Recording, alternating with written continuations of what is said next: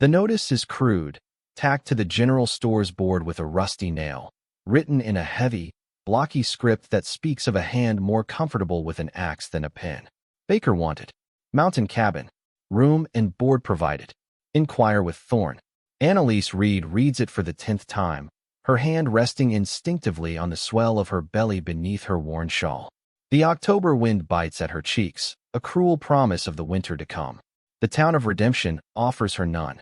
Since her husband, Samuel, took his last breath in a dusty mining shaft 2 months ago, she has been met with pity that curdles into impatience, and charity that feels like a shackle. She is an expectant widow, a burden, a problem to be solved before the first snows isolate the valley. Well, that's one way to meet. Before these two figure each other out, tell us, what's the most unexpected way you've met someone important? Share your story in the comments. And if you love a surprising romance, hit that like button. This notice is different. It isn't charity. It's a job. A remote, strange job, offered by a man the townsfolk speak of in whispers, the mountain man, Thorne. A recluse. Some say he's half wild, but his cabin means shelter. Room and board means survival for her and the life growing inside her. Clutching the worn handle of her satchel, containing all she has left in the world, she makes a decision born of sheer, unadorned desperation. She will answer the notice. She will climb the mountain. The townsfolk can whisper all they want. Whispers can't keep a body warm. The path ahead is unknown and fraught with peril, but behind her lies only the certainty of starvation and frozen pity.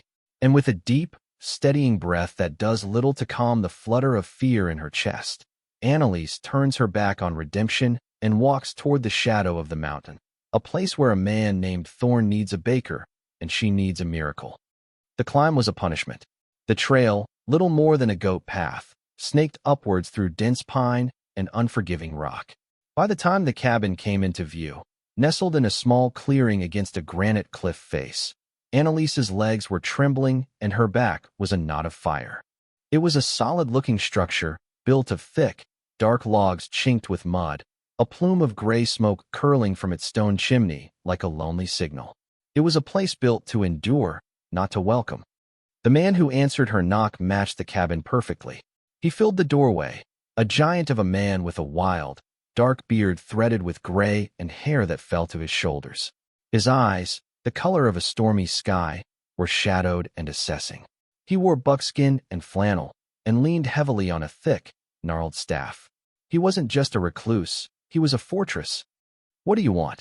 His voice was a low rumble, like rocks grinding together. It was a sound that hadn't been used for conversation in a long time. Annalise swallowed, her throat dry. I'm here about the notice. For the baker. His gaze dropped from her face to the noticeable curve of her stomach, and a deep line formed between his brows. The assessment turned to dismissal. You're not suitable. Panic, cold and sharp, pierced through her exhaustion. I can bake. I'm a good baker. My bread, my pies, my Samuel always said. She stopped, the name catching in her throat. She would not cry. Not here. Not in front of this granite man. She straightened her shoulders. I can work. I'll work harder than anyone. I just need a chance. He was silent for a long moment, his stormy eyes unreadable. He looked past her, at the descending dusk that was already painting the valley in shades of purple and gray. He saw the chill in the air, the way she shivered despite her shawl. He saw the raw desperation she was trying so hard to conceal behind a mask of pride. Annalise saw his gaze drift to the woodpile, neatly stacked, but not nearly as high as it should be for a man preparing for a long winter alone. She saw the subtle way he favored his right leg, the way his knuckles were white where he gripped his staff.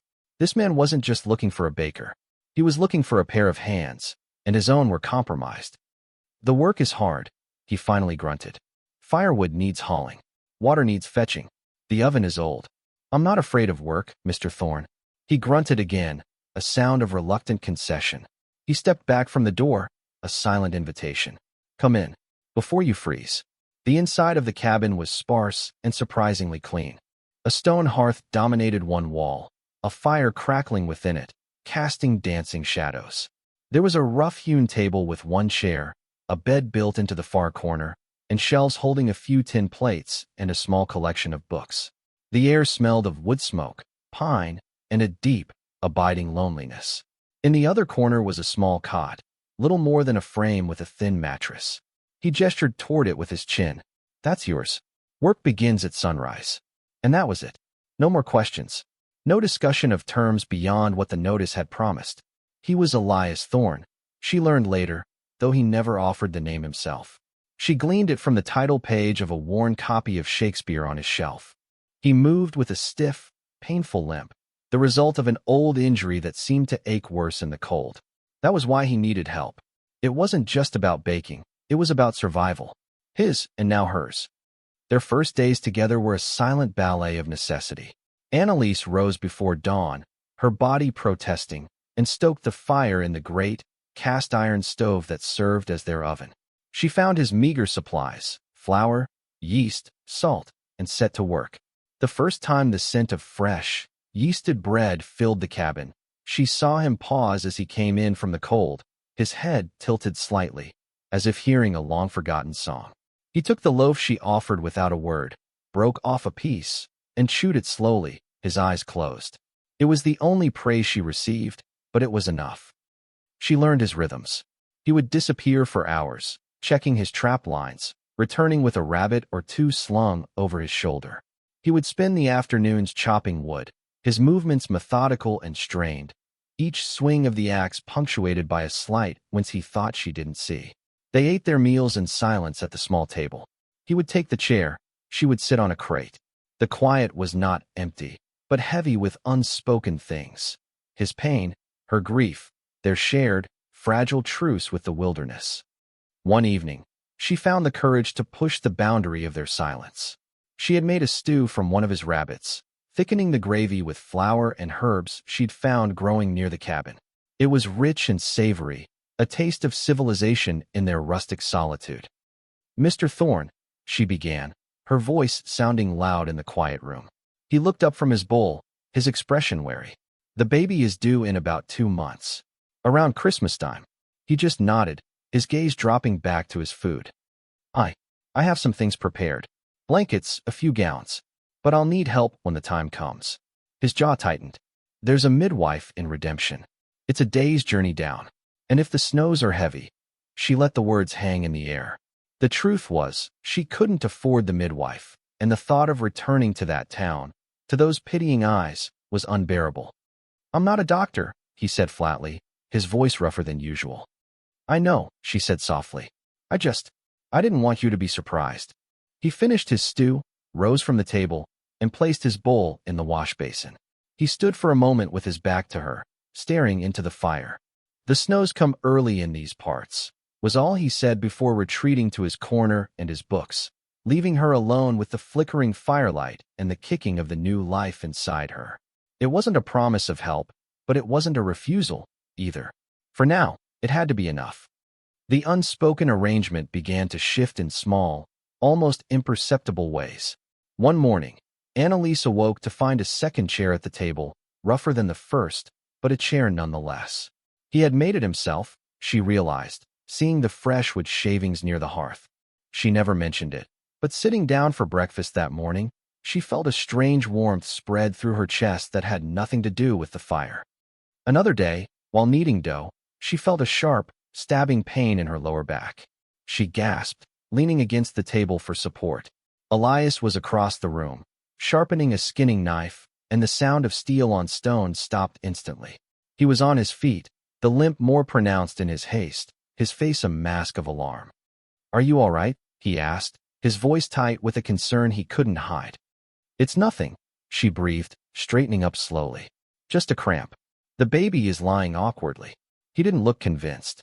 He watched her for a long moment, his stormy eyes filled with an unfamiliar emotion. It wasn't pity. It was a raw, protective instinct. He put the knife down.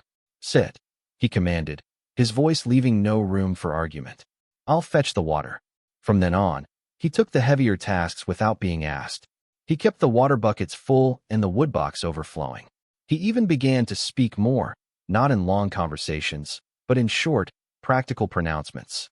"Storms coming in from the north, saw deer tracks by the ridge, the flour is running low." Annalise, in turn, began to care for the cabin as if it were her own. She mended his torn shirts with thread she'd unraveled from her own worn dress. She scrubbed the floors and washed the single window until the weak autumn light shone through clearly. She transformed the stark, lonely space into a semblance of a home. She was no longer just the hired baker. She was the keeper of the hearth. Their careful peace was shattered on a trip to redemption for supplies. Elias had tried to dissuade her from coming, but their needs were too great. As she stood outside the general store while he loaded sacks of flour and sugar onto their pack mule, she felt the familiar chill of judgment from the townsfolk. Whispers followed them like stray dogs. Mrs. Gable, the storekeeper's wife and the town's primary gossip, marched up to her, her face a pinched mask of righteous concern. "Annalise Reed," she said, her voice dripping with false sympathy. "We were all so worried. Living up there with him. It's not proper. A woman in your condition." "I'm fine, Mrs. Gable. Mr. Thorne has been kind." The woman scoffed. "Kind? That man is half savage. They say he killed a man in a card game down in the territories. That's why he hides up on that mountain." The accusation struck Annalise like a physical blow. She looked toward Elias, who was tying the last sack onto the mule, his back to them. He was gruff, silent, and intimidating, but savage? A killer? She had seen the way he gently released a too small bird from one of his traps. She had seen the pained concentration on his face as he carved a tiny, perfect wooden horse, which he had left on the mantel one morning without a word, a silent gift for the coming child. Before she could form a reply, Elias turned. He must have heard. His face was like a thundercloud, his eyes cold fury. He took a step forward, his limp making his approach seem all the more menacing. Mrs. Gable shrank back. "The lady is with me," Elias growled, his voice low and dangerous. "Her well-being is my concern, not yours. Keep your tongue to yourself." He didn't raise his voice, but the threat was unmistakable. He placed a hand lightly on Annalise's arm, a protective gesture that was both a comfort and a shock. He had never touched her before. He guided her toward the trail leading out of town, away from the prying eyes and venomous whispers, leaving a stunned silence in his wake. The journey back up the mountain was silent, but the quality of the quiet had changed. It was no longer a space of unspoken grief, but a chasm of unease. Mrs. Gable's words echoed in Annalise's mind. She looked at the broad, rigid set of his shoulders as he walked ahead of her, leading the mule. Who was this man who had taken her in? Was he a protector or a monster? That night, the tension in the cabin was thick enough to cut with a knife. After their silent supper, Annalise finally broke. "Is it true?" she asked, her voice barely a whisper. "What she said? About you killing a man?" Elias froze, his hand halfway to his cup of water. He slowly set it down. He didn't turn to look at her, but stared into the fire, his profile etched by the flames. "It is," he said, his voice flat and devoid of emotion. The simple, unadorned confession stole her breath. Fear, cold and sickening, washed over her. "He was cheating my partner, a young boy no older than 17, Elias continued, his voice still low and steady. "The man pulled a knife when I called him on it. The boy tried to step in. I did what I had to do. The law called it self-defense, but the man had powerful friends. His brothers put a bounty on my head. So I came here.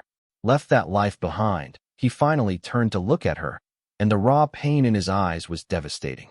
"I'm not a murderer, Annalise. But I am a man who has done violence. There's a difference, but maybe not one that matters to a woman like you." He was giving her an out. He was showing her the darkness in his past, expecting her to recoil, to fear him, to confirm the judgment of the town. She looked at him, at the deep lines of sorrow etched around his eyes, at the hand that rested on his bad leg, at the man who had built her a chair and carved a toy for her unborn child. She saw not a monster, but a man drowning in a past he couldn't escape. She rose from her crate, walked over to the hearth where he stood, and picked up one of his mended shirts from a small pile she had finished that afternoon. She folded it carefully, her movements deliberate and calm. "The stew is getting cold, Mr. Thorne," she said softly, placing the folded shirt on a shelf. "And you'll need your strength. The snow is starting to fall." She turned back to the table, her heart pounding. It wasn't forgiveness, not yet. It was something quieter, more profound. It was a choice. A choice to see the man in front of her, not the ghost of his past. In the flickering firelight, she saw his shoulders slump in what looked like relief, a silent surrender. The first flakes of the promised snow began to melt against the window pane, cocooning the small cabin in a world of white, sealing them in with their secrets and their fragile, burgeoning trust.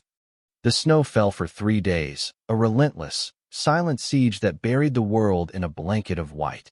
The cabin, once a refuge, became their entire universe.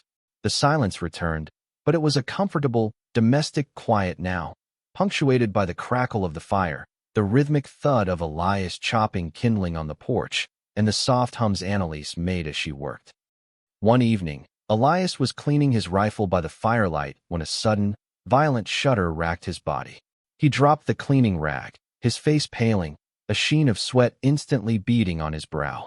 He pressed a hand to his right thigh, his jaw clenched so tightly a muscle jumped. "Elias," Annalise said, using his first name without thinking. "It's nothing," he gritted out, but another tremor seized him, stronger this time, and he let out a choked groan. She was at his side in an instant, her fear for him overriding her cumbersome pregnancy. She knelt beside his chair, her hand hovering over his leg. "Let me see." "No," the word was sharp, a cornered animal snarl. "Don't be a fool," she snapped, her voice firm with a brand of terrified authority she didn't know she possessed. "A fever like this can kill a man. Is it the old injury?" He gave a short, pained nod, his eyes squeezed shut. With gentle but determined hands, she pushed his pant leg up. The sight made her gasp. His thigh was swollen and red, the skin stretched tight over a long, puckered scar that was an angry purple color. It was inflamed, radiating a terrible heat she could feel even without touching it. The wound was infected. For the rest of the night, she became his nurse. She remembered her mother's remedies, the poultices and tinctures of a woman who had raised 5 children on the prairie. She sent him to his bed, and he went without protest, his strength spent. She boiled water and tore strips from one of her few clean petticoats for bandages. She found a small tin of salve in his meager possessions, a pungent mix of pine tar and herbs. She cleaned the wound as gently as she could. He was delirious now, muttering things that made no sense, a name, Jacob, and phrases like the North Shaft, and its coming down his past was bubbling up through the fever, a torrent of fragmented pain. As she worked, she spoke to him in a low, soothing voice, telling him he was safe, that the fever would break, that she was there. She was no longer his baker or his tenant. She was his keeper. This, she realized, was the mercy the title had hinted at. It was not a gift she was giving him, but a duty she was compelled to perform. She was tending not just to an infected wound, but to the broken parts of a man's soul. She cooled his brow with snow-melted water and forced sips of willow bark tea between his lips. She sat by his bedside all night, watching the rise and fall of his chest, her hand on her own belly, feeling the steady, reassuring movements of her child. They were a strange tableau in the firelight. The broken mountain man, the expectant widow, and the unborn baby, all of them clinging to life in a cabin sealed off from the world. Toward dawn, his fever broke. The shivering stopped, and his breathing evened out into the deep rhythm of sleep. Annalise, bone-weary but flooded with relief, finally allowed herself to rest in the chair by the fire. As the first pale light of morning filtered through the window, she was jolted awake by a sensation that had nothing to do with Elias.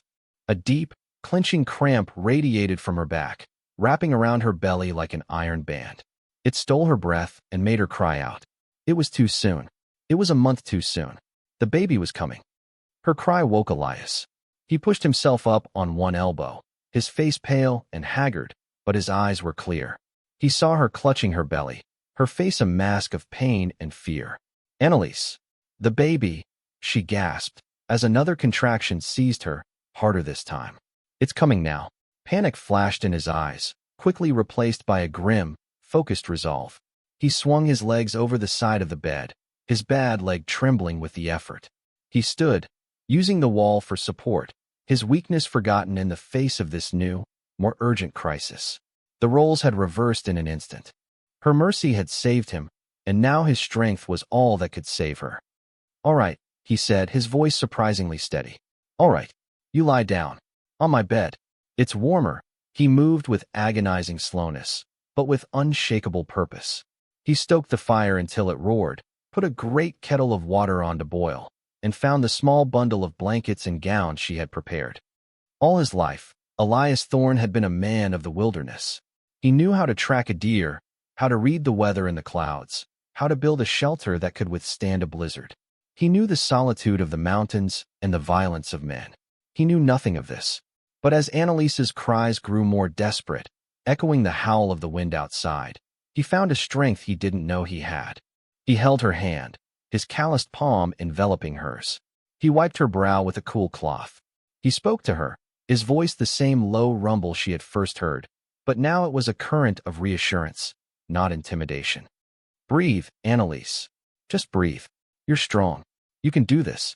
Hours blurred into a crucible of pain and effort. The world shrank to the four walls of the cabin, to the firelight dancing on the log walls, to their two voices intertwined. There was no savage, no killer, no frightened widow. There were only two people, fighting together for a new life. And then, in a final, agonizing push, it was over. A thin, wavering cry cut through the air, silencing the wind. It was the most beautiful sound Elias had ever heard. In his large, unsteady hands, he held a tiny, perfect, red-faced baby girl. He stared, utterly mesmerized, his heart cracking open. He wrapped the infant in a clean blanket and brought her to Annalise. Annalise, exhausted but radiant, reached out her arms. As Elias gently placed the baby beside her, their eyes met over the small, squirming bundle. The last of his walls crumbled. The last of her fears dissolved. In his eyes, she no longer saw a recluse or a man with a dark past. She saw a gentle hero. And in her eyes, he saw not a hired hand, but the fierce, beautiful center of a world he never knew he wanted. The transaction was over. The baking, the room and board, it had all been a pretense. A path that had led them, improbably, to this moment. To family. A week later, the cabin was a place transformed. A quiet peace had settled over it, as soft and deep as the snow outside. The baby, whom Annalise had named Clara, slept soundly in a cradle Elias had fashioned from a hollowed-out log, lining it with soft rabbit pelts. Annalise was still weak, but her strength returned more each day, her face glowing with a serene happiness that made her beautiful. Elias moved about the cabin with a new, lighter step. The shadows in his eyes had receded, replaced by a warm, protective light, especially when his gaze fell on the cradle. The silence between them now was one of complete understanding, a language spoken in shared glances and small, unconscious acts of care. One afternoon, he came in from the cold, stomping the snow from his boots. He carried a small, scraggly pine sapling, its roots wrapped in burlap. He said nothing, but planted it in a bucket of earth he'd kept by the hearth. Then, he sat at the table and began to carve, his knife moving with a fluid grace. Annalise watched from the bed as he fashioned a tiny, intricate star from a piece of pale birch wood. When he was finished, he hung it from the top branch of the little tree. He looked over at her, a faint, unaccustomed smile touching his lips. "It's Christmas time," he said, his voice soft. Tears welled in Annalise's eyes. It was a simple gesture, but it held the weight of 1,000 unspoken words. It was a promise of a future, a celebration of their beginning. This man, who had hidden himself from the world, was now bringing the world, a tiny, hopeful piece of it, inside for them, for their daughter. He walked over to the bed and stood looking down at her, and the sleeping child nestled in her arms. He reached out a hand, not to touch the baby, but to gently brush a stray strand of hair from Annalise's cheek. His touch was hesitant, but warm. "You showed me mercy, Annalise," he whispered, his voice thick with emotion, "when I didn't deserve any." She looked up at him, at this wild mountain man who had delivered her child and built her a Christmas tree, and her heart felt so full it might burst. "And you," she replied, her own voice trembling slightly, "showed me a home." He simply nodded, his stormy eyes clear and bright. He pulled the chair he had made for her closer to the bed and sat down, a silent, steadfast guardian. Outside, the snow-covered mountains stood sentinel under a vast, quiet sky. Inside, the fire crackled, The tiny wooden star spun slowly on its branch, and a family, born not of blood but of shared hardship and unexpected grace, was finally, irrevocably, whole. Thanks for watching. If you believe in compassion, overcoming prejudice, and finding love in unexpected places, give this story a like and subscribe for more. This story showed love and heroism where least expected. What was your favorite moment of connection between them? Tell us in the comments.